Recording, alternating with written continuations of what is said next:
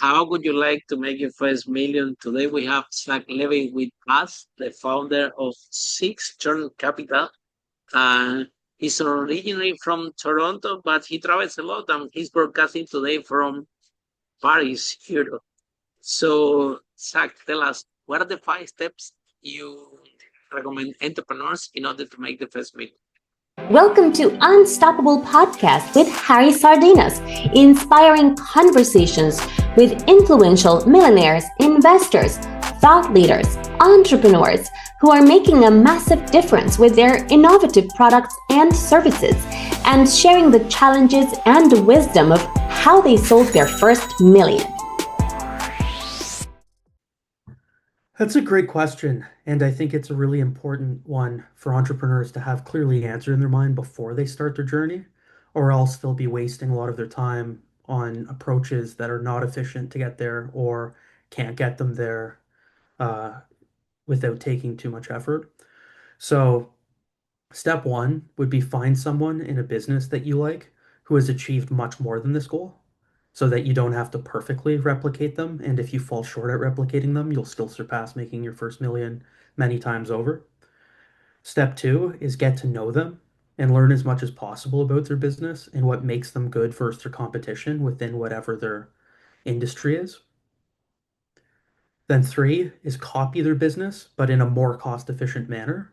And in this day and age, with access to technologies such as artificial intelligence and Zoom, where you can have international workforces, not just people in one city, you can usually copy a business that has been around for a long time that makes a lot of money, but do it in a much more cost-effective way by having international workers and using AI to cut out a lot of the jobs that would usually be needed. And that means that if you can copy their business identically, but cut out a lot of the cost, you'll obviously make a lot more money. And then that also gives you a margin of safety that if you're only able to copy their business to a much lower scale, but an okay scale, but then you cut out a lot of the cost, you could be making the same amount of money that was impressive to you that that other person you were following was making without achieving anywhere near their scale. And then four, make sure you have enough funding to cover your first 3 years of runway. That's important because not everything is always going to work out in a straight line. And you don't want to put yourself in a position where everything has to go perfectly right immediately, or else you're out of business. You obviously don't want to stick with something that's not working forever, but you want to give yourself at least a few years to be able to see through your vision. And then five is scale what's working within your business once you've got it going and it's generating revenue. And if you constantly obsess over scaling what's actually working within your business, then your business will become more efficient within itself. And if you tie that into what I mentioned in a couple of the other steps about being a more efficient version of your competitors by using an international workforce and leaning on artificial intelligence and wrapping that together with this step of scaling what's working constantly, then you'll get quite quickly to the point where you've made your first million and will have a really good process beneath you and a lot of infrastructure to lean on to make much more than that. So, tell us about your fund and the story, how all started. Yeah, so I have a fund called Six Turn Capital. It's a capacity constrained investment fund. And how it works is it's a multi-manager fund. So we have multiple portfolio managers that are each an expert at one specific narrow niche of investing, but all of them are experts at niches that are completely different from each other. So by us raising capital from our investors, pooling it, and then dividing it across a number of truly uncorrelated investors that are experts in very specific niches, then we're able to get a very diversified portfolio, but that also is able to put up a really high quality of return that's not relying on the market going up and isn't relying on the economy doing well. So, tell us a little bit more about those different vehicles that your organization have. Yeah, so the different strategies are all over the map in terms of what they do. But as an example, we have one team of portfolio managers and they're specialists in the cryptocurrency markets, but they're not just taking directional risk going long Bitcoin or long Ethereum. They have pretty high turnover trading strategies within the crypto space that might involve market making, might involve short-term trend following. They might involve cross-exchange arbitrage. It might be relative value volatility arbitrage within the crypto market. And that's all they do. So they're able to put up returns that aren't correlated to the crypto market and also aren't correlated to stocks or bonds. And then another team we would have would be a small cap equity long short. So they're constantly on a pretty high turnover, trading actively in small cap equities that very large funds can't actively trade in because the big funds would have too many dollars to not push these small stocks around by trading them actively, where these portfolio managers that specialize in strategy are at the right size to be able to do that without pushing the stocks around. So they would actively be trading long and short baskets of stocks they like long and against shorting baskets of stocks they don't like within the small cap equity markets, hoping to make a spread on their longs outperforming their shorts without just relying on the market as a whole going up or being punished by it going down. And then obviously you could see that approach is completely uncorrelated to what the crypto team is doing. And then we would also, as an example, have a portfolio management team that specializes in the natural gas markets. And what they're doing is relative value trading within the natural gas markets. And that again is completely uncorrelated to natural gas itself. It's completely uncorrelated to our other portfolio managers I've mentioned, and it's completely uncorrelated to stocks and bonds. So those are an example of three of the teams, but we have many more than that that are all as different from each other as those are that I mentioned. And you could see that by raising capital and then dividing it across teams that are experts at narrow things, but that are completely uncorrelated narrow things to each other, that's how we're able to achieve very consistent returns month to month, where most months in the year, historically, we've made money. We've only had one losing month in the history of our fund, which was only down 0.13%. And then also, the other thing it lets us achieve is we're not relying on the market doing well. We're not relying on the economy doing well for us to get our returns. There's a lot of funds that when the market's going up, they can go up with it. But then if there's a market crash, they're going to be going through a difficult time alongside the market. Where with us, we're not exposed to the market's swings up or down. So when it goes up, it doesn't help us. But when it goes down, it doesn't hurt us. We're able to independently from the market chug along, making consistent returns. So you said you were previous the podcast you were sharing with me that your fund is doing in the millennium way. Can you expand a little bit more on this? Yeah, so there's a number of big multi-manager funds that are quite famous, and they're known to take capital and divide it across a number of uncorrelated portfolio managers. But because of their success, they're now burdened with running so much capital that it's truly difficult for them to find portfolio managers that are one, uncorrelated from each other, and two, that can put up an attractive rate of return while being uncorrelated. So we intentionally lean into the fact that we're not burdened with having anywhere near as much capital as the biggest multi-manager funds in the world do. So we intentionally look for portfolio managers that are able to have a higher degree of risk-adjusted return and a higher degree of lack of correlation to one another than the PMs, portfolio managers, I should say, at the big funds are able to, purely because our managers intentionally are running smaller amounts of capital so that they're not competing with those very well-resourced firms. So can you tell us a little bit more about what are the projected returns that you guys have? How long you been operating the fund and the returns that the that the institution can be expecting if they deploy capital in your fund? Yeah, so we launched this fund in March of 2025, and all of our portfolio managers have multi-year track records doing the exact same thing for many years before that. And since we started the fund, their track records have continued to do exactly in line with what's expected with as they've done in the past. But just since we've gone live March 2025, we've made money every single month except for one, which was May 2025. And May 2025, we only lost 0.13%. So as you can see, we are very risk averse. We we don't lose a lot of money, and we very consistently make profits. And then since that launch, we've put up over 10% compounded annual growth rate. And long term, our return target, we expect it to be between 10 and 15% annualized returns with very low drawdowns, high Sharpe ratio, high Sortino ratio, high Kalmar ratio, and very low beta to the S&P 500 and very low correlation to the S&P 500. So equity-like returns with fixed income volatility. Okay, so basically 10 to 15% return, and then so is cash flow also as well as the capital growth. So we aim for capital growth, not cash flow, so that our investors' capital can compound efficiently. Okay, so it's capital growth, capital growth, uh, yeah, intensive, and then the investors, how much capital they need to deploy in order to be part of the organization.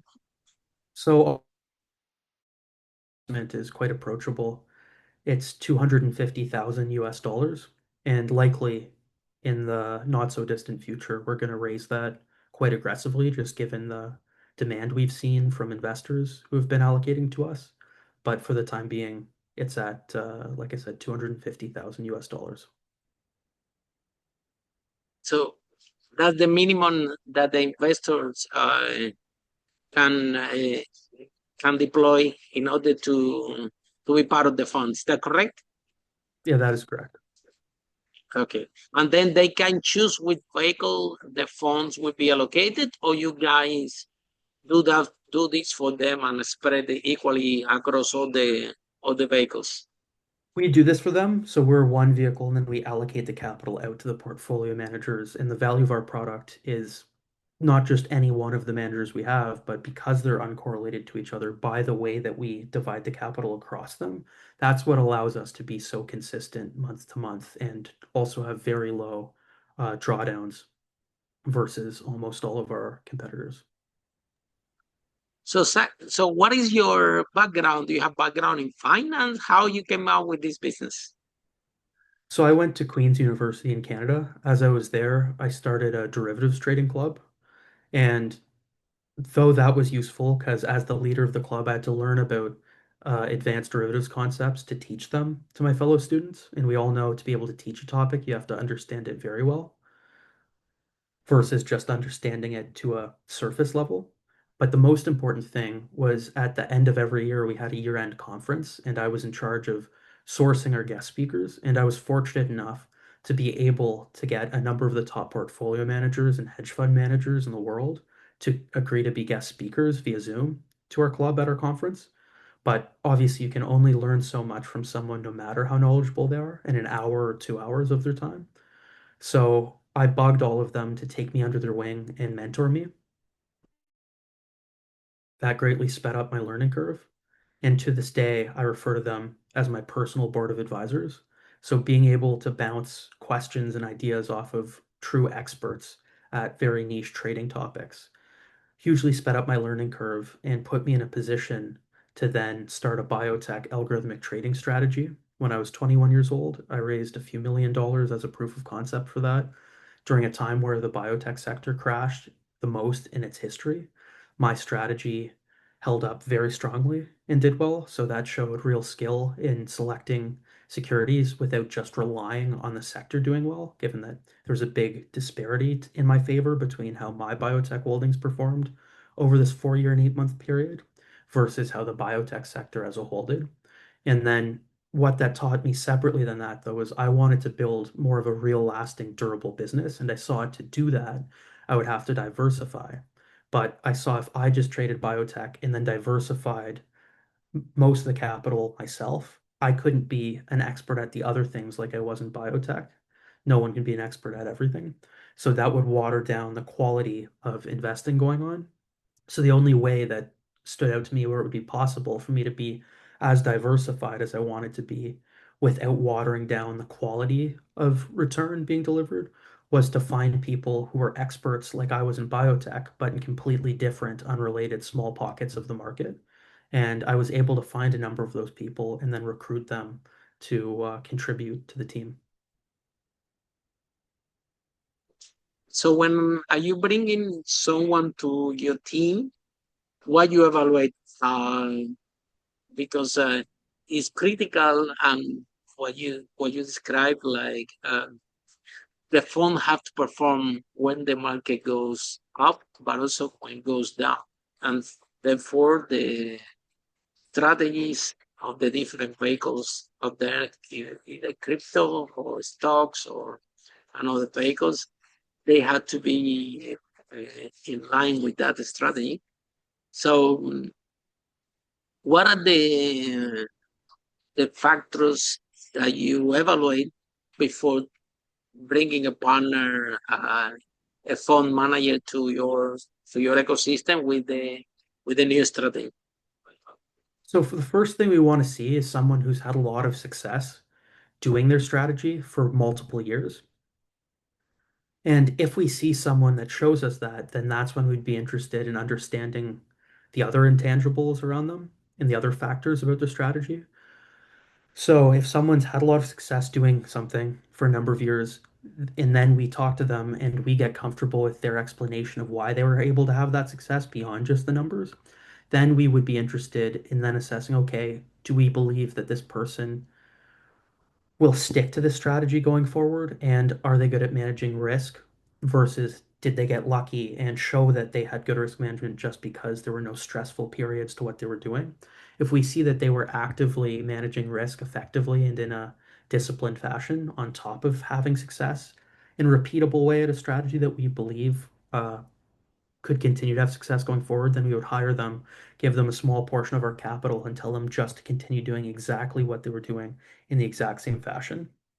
And then we would constantly be watching their performance. And as long as it's not deviating outside of its expected band of outcomes, then we would keep them on the platform. But if it did deviate outside of its expected band of outcomes to the downside and over a certain amount of capital was lost, then that's when we would offboard them from our platform and sell off their portfolio and then take that capital and spread it out across people on our team whose strategies are currently working and making money.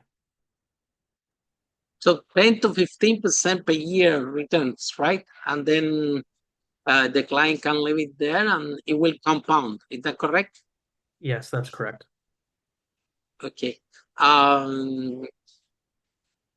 What are the what message do you have uh, for investors out there that uh,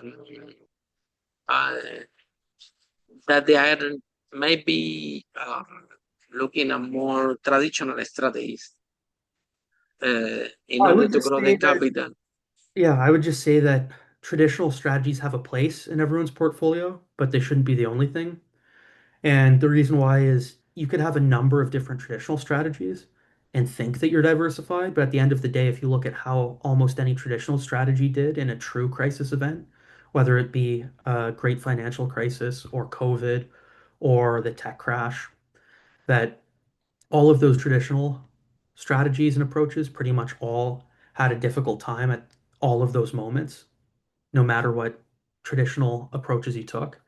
Whereas an allocation to a truly uncorrelated multi-manager hedge fund that's market neutral in moments like that can still put up a positive return and or protect your capital instead of drawing down alongside the other traditional parts of your portfolio. So we're not telling people that we should be the only thing in their portfolio, but we're telling them that they definitely should look at things like what we do as a way to diversify their portfolio and to allow them to sleep at night that there's at least one piece of their portfolio that is in a good position to be durable and robust and strong during market crisis events while still making a positive return during normal times.